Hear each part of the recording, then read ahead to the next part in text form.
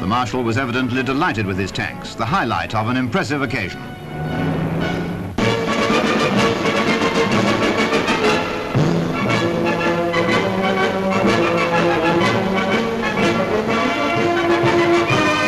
Typical scenes of the vast crowd arriving at Wembley open the story of the Cup final.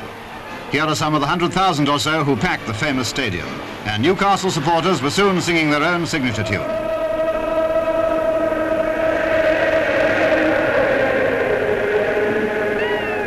But Manchester City fans had a counter for that.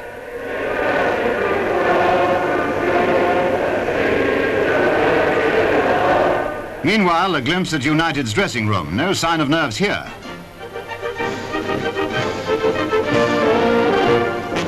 Her Majesty the Queen had come with the Duke and Princess Margaret to watch the big match, and there was an ovation for them, of course. Then out came the teams, City wearing tracksuits. Now the Duke steps onto the field of battle, and first Paul presents the Manchester City players. When it was Newcastle United's turn, Skoular did the honours. Then Paul and Skoular shake, Mr. Leaf blows the whistle, and Don Revie kicks off, intending no doubt to put his plan into action right away. Newcastle, in fact, put in a very rapid counter-thrust, and City were forced to concede a corner. Len White took the kick, a beauty, and Jack Milburn headed through. Yes, Newcastle were one up with a goal in less than a minute. That was sensation number one. They were still forcing the pace when, after some 20 minutes play, Jimmy Meadows, City's right back, was injured. It seemed that he'd twisted a muscle and was obviously in severe pain. He had to be helped off the field, a tragedy for Manchester, who had to play with only 10 men for the rest of the match.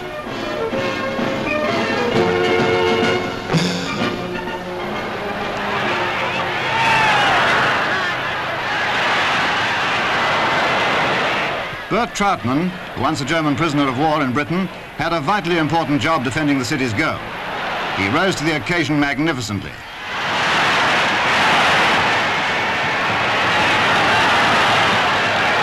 There's a ball in there somewhere.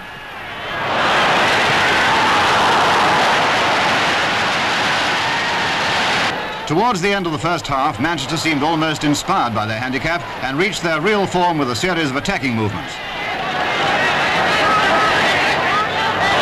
It was from one of these raids that a high centre from Hayes was headed in by Bobby Johnston for the equaliser.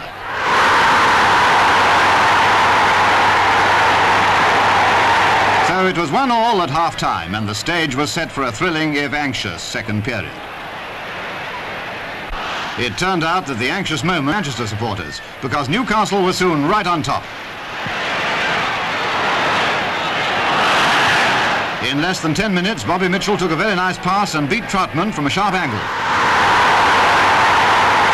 So United were in the lead again, and all the time they looked like going further ahead. Mitchell played a big part in Newcastle's third goal, driving down the wing and making a perfect opening. George Hanna did the rest.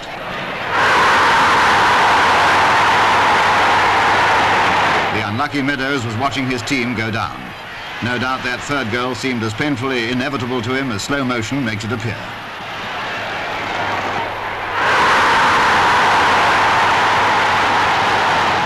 In the closing stages, City made a desperate rally. It was quite a change to see United's goal threatened. And it was keeper Ronnie Simpson who now had his work cut out. Very well he did it too. And there'd be no more scoring when the final whistle blew. Congratulation and condolence followed. It was a great win, but Manchester certainly had the bad luck. The moment of triumph came when Her Majesty presented the cup to Jimmy Skoular. Newcastle's captain had played a great and tireless game, leading his men to a well-deserved victory.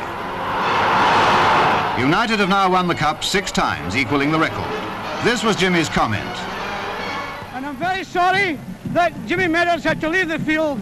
He'll also miss the English tour, which is very, very, very hard luck for a good boy. But I'm sure that everyone who's seen this game will think that the Johnnies have at last deserved to win this.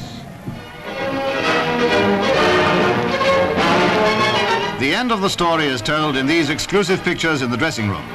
For a cup like that, at a moment like this, nothing but the best. Champagne. There was evidently plenty to spare. My word, does victory taste good.